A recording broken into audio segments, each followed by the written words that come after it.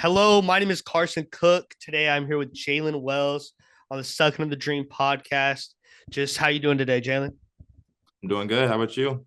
Not too bad, not too bad. Leave for Nebraska to be with Team Lillard this weekend for the Adidas circuit. So it's gonna be a long weekend. Fun. Jaylen just committed to Washington State University after 2 years at Sonoma State, where he earned Player of the Year in the conference. It was named third team All American in the Division Two. First off, congrats on your commitment. Just how good does it feel to say that you're at Washington State now? Yeah. I mean, it's been a long time coming. I wasn't the highest recruited coming out of high school, so it's kind of big going from just going from where I was to the Pac-12. Um, yeah. Yeah, Washington State is known for developing some pretty good players. I mean, most recently you got Malachi Flynn, and a handful of other guys. Just what went into that decision to head up to Washington State? Yeah, a lot of it has to do with the player development part. I feel like I can develop under this coaching staff, under the system and resources they have. And then I love the community of Pullman. We visited there, and like you can't go anywhere in the city without seeing the logo. Like it's amazing. And what does it mean to be playing in the Pac-12, coming from Folsom to then Sonoma State, just playing in Pac-12? I mean, that's a huge honor. Yeah, I'm excited for the challenge. I know it's going to be a huge jump, huge difference. Got to be quicker, faster, bigger. But I think it's what's going to make me better to get to the next level. So yeah, I'm more just excited for the challenge, and I'm just ready to work. And when you were being recruited by a lot of these schools, what were those other schools telling you? Who were they? And just what did set Washington State apart from all of those guys? Yeah, I mean, I came to I talked to a lot of schools, but I came to a top five at some point. It was Washington State, Portland, Pacific.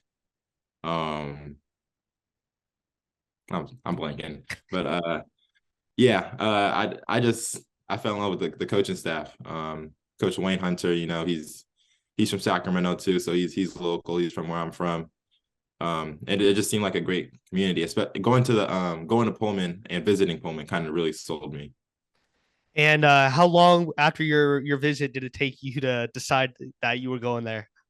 Oh, I knew immediately. I knew the Sunday I left. I knew I wanted to go. And I think that's the best way to do it is like you wanna know right away at the end of the day. Right. Because I know someone from my high school, she went on a visit for soccer and was like, "Oh yeah, I'm going there." Like it didn't even need another visit. Yeah. So No, yeah, now it that definitely was. Yeah. go ahead. I know, it definitely was like you just know like I would my I have kind of like a mentor. His name's Raymond Townsend. He kind of told me he used to play at UCLA. So he was like when he first went to UCLA and he was connecting with the coaches, he knew in his heart that he wanted to be there and he made that decision there. Uh, So that's kind of how the same way I felt. That's awesome. That's awesome. So now that you are committed to Washington State, your focus kind of turns from being that guy at Sonoma State, to now you're going to be in a different role in a way. Just what are some of your goals for this upcoming season and even this summer? Yeah. Um, I mean, I know I definitely have a lot to prove. I still have a lot to prove, and I think throughout my career, I've always had a lot to prove. So, I'm glad I still have that. I still have that chip on my shoulder. Um, but yeah, I definitely want to translate what I did at D2 level to the Division 1 level. I know it's gonna be hard. It's gonna be hard. It's gonna be a lot of work. This summer I plan on getting bigger. I need to get bigger, stronger. Um, yeah, I just know it's a different level of intensity at the next level. And I bet you having that chip on your shoulder to go D2, I mean, it just makes it even bigger at this level, right? Yeah, I mean, some people think I settled at Sonoma State. I don't think I settled. I think that's where I wanted to be. I'm blessed that I was even able to go to Sonoma State. I think they put me in the right position to even get me to. I wouldn't be here today, talking to you, going to Washington State if it wasn't for Sonoma State. Yeah, Sonoma State's been a great school. I can imagine. I remember visiting there in middle school. I mean, great environment. Just what are your thoughts on Sonoma State now that you had been there for 2 years? Oh no, I love it. It's a great place, beautiful campus, great coaching staff. Yeah, I'm happy. I spent 2 years here. And so for the Washington State fans and Pac-12 fans that don't know much about you, what just can they expect because they probably haven't seen much from you. Yeah, I'm a versatile player. I I think my playmaking ability is something underrated that people kind of overlook. But I've added so much to my game since I was a freshman in high school. I don't know if they know, but I was 5'8" my freshman year in high school. So I've grown a foot since then. I used to just be a catch and shoot shooter, play defense and shoot the three. But now as I've gone through these last 6 years, I can create my shot off the dribble. I can dribble more on ball screens. I'm getting to the basket. My freshman year in college, I was scouted as a driver, even though literally I used to be only a shooter. So like that was crazy to me. Like I'm now a driver. But yeah, so the next my sophomore year, I made sure that people scouted me as a shooter too. It's funny because the only time I've really seen you play, right, was that game you guys played against Rockland at home. Yeah, And all I remember is you had to have had like 35. And I'm filming the other team. And I'm probably. like, man, this dude's got to be like high D1, right? And then I talked to my boss, and he's like, no, he doesn't have that many like doesn't have any crazy offers. I'm like, you didn't miss a Yeah, shot. He's 6'7". I'm like, how are teams not on this guy? yeah. I mean, I only had. I mean, my three options out of coming out of high school was Cal Maritime, Sonoma State, and Western Oregon, and then D3 is of course if I wanted to go there, but I was mostly just looking D2. No, I think the best decision you probably could have made for basketball. So, Yeah. heading into next season, what are some of your personal expectations from yourself? Whether that's getting bigger, like how much bigger do you want to get? What do you want to average kind of next season? Because I remember asking Coleman Hawkins, who was at Illinois, uh, like what he expected to average, and he's like, oh, like 12, 7, and 3. And it wasn't that year, but then the next year he averaged like 18, 7, and 3. So I'm like, it's kind of cool to look back for you possibly and be like, wow, I did what I said. Yeah. Yeah. I mean, as far as goals, I don't have specific numbers. I just want to win. Whatever that is, whatever numbers I get, whether that's 20 points a game, whether that's 2 points a game and 10 rebounds, whatever we can do to win, get to the tournament. That's kind of this main goal at the end of the day. I mean, I love to win. So I was looking at your stats and the progress that you made from your freshman to sophomore year. You talked a little bit about it where you were scouted as a driver, shot around like 25% from three. You increased that by 17%. Like that's unheard of. Just, what went into your time at Sonoma State and just talk a little bit about that. Yeah, a lot of work. I have a shooting coach down in Sacramento named Danielle Viglione. She holds records, shooting records at University of Texas. She's now like the LA Sparks assistant coach. I work with her. She helped with my shot a lot that summer, and then just confidence. Honestly, I think yeah, just my freshman year, I was confident, not as confident I was my sophomore year. Like my sophomore year, I've got all these awards, and I think it's something I probably would never saw myself getting something like that when I was in high school. But now, like the confidence I have, like I can see myself getting that in the Pac-12 now. But I think I didn't have that same mindset back then. So you talked a little bit about like what you think is your most underrated part of your game, which is your playmaking. Just what do you think people will realize the most about you when they first get a first impression of you? Um, see, I'd probably say just I hope they see me as a winner. As a team player. I just that's what I really just want to do. I just want to win. I never been the I want to get 30 a game type of guy. Even though like my stats like I got 22 a game. Like you might think that oh, he wants to score and he's looking to run his numbers up. That's not even what I was looking for. I just wanted to win, and what that I just had to score to win. So that's just what I did. Yeah, at the end of the day, you play the role that's given to you, right? And if you're Right. told to go out there and play defense for 40 minutes, like you're going to do that. Yeah. So, what would you say was your favorite memory from Sonoma State during your time there?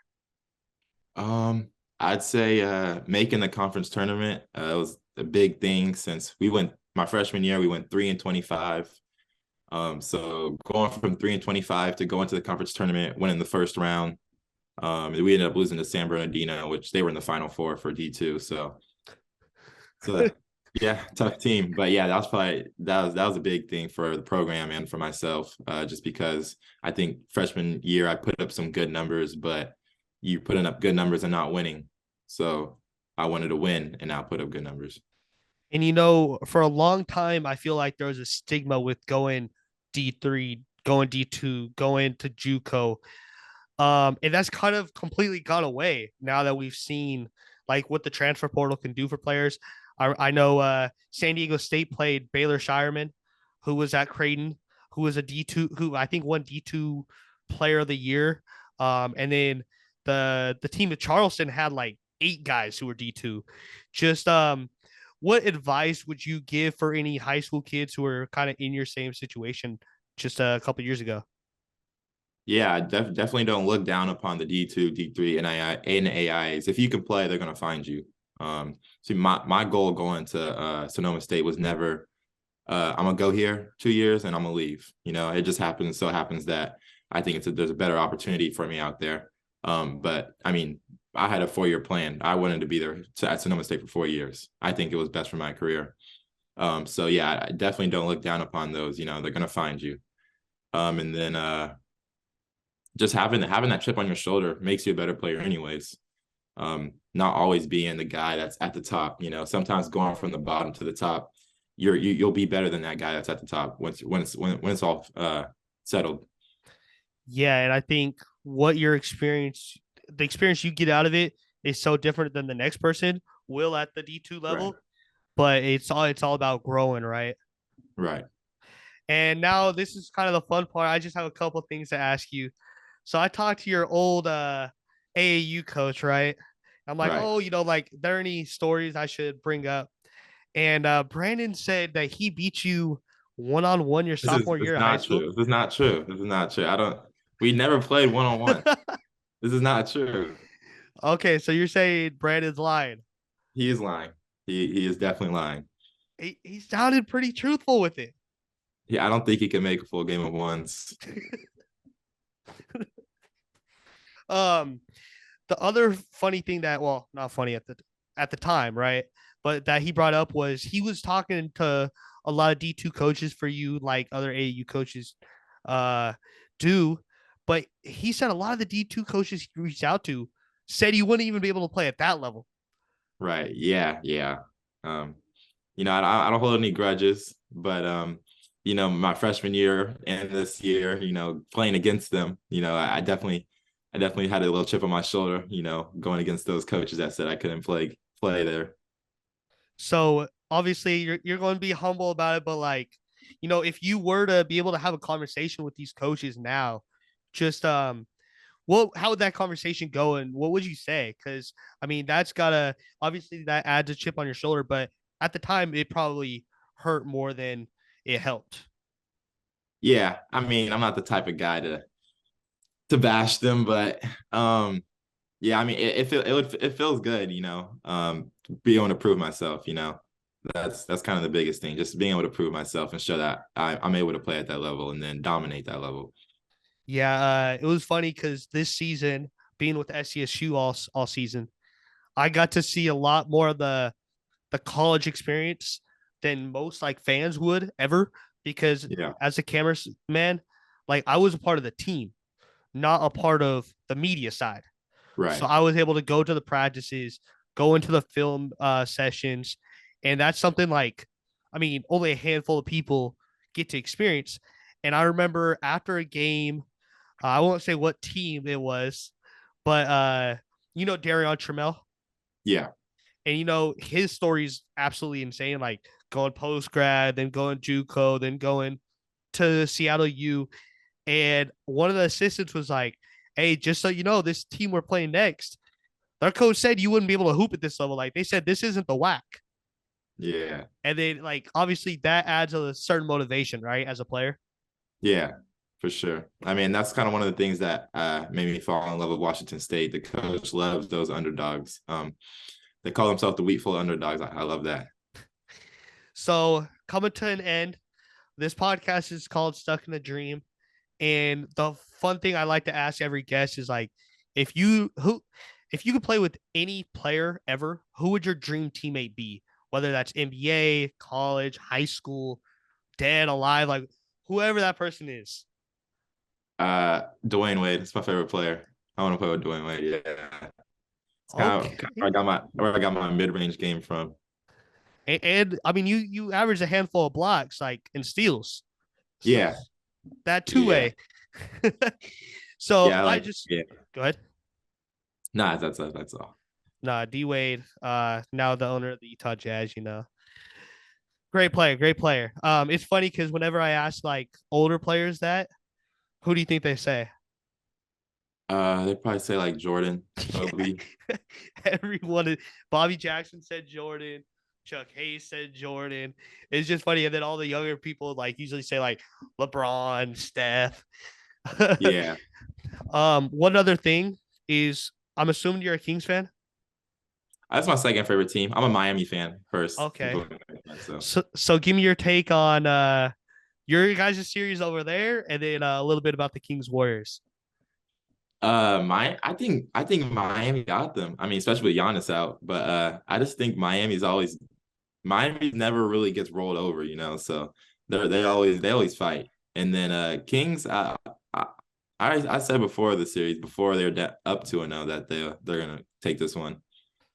I've been saying to everyone like we're gonna go up 3-0, lose two, and then win it game 6 at Chase. And then for the Yeah, Miami Heat, Bam is just like the perfect guy to guard Giannis. yeah, yeah. And Kevin Love been stepping up too with them charges. He plays the game the right way, fundamental. um, Yeah. but that's pretty much all I got for you. I'm gonna be tuning in. Thank you so much for coming on, and wish you the best. You have anything else to say? Nope. Go Cougs. There we go. There we go. Have a good one, Jaylen. Thank you, you too.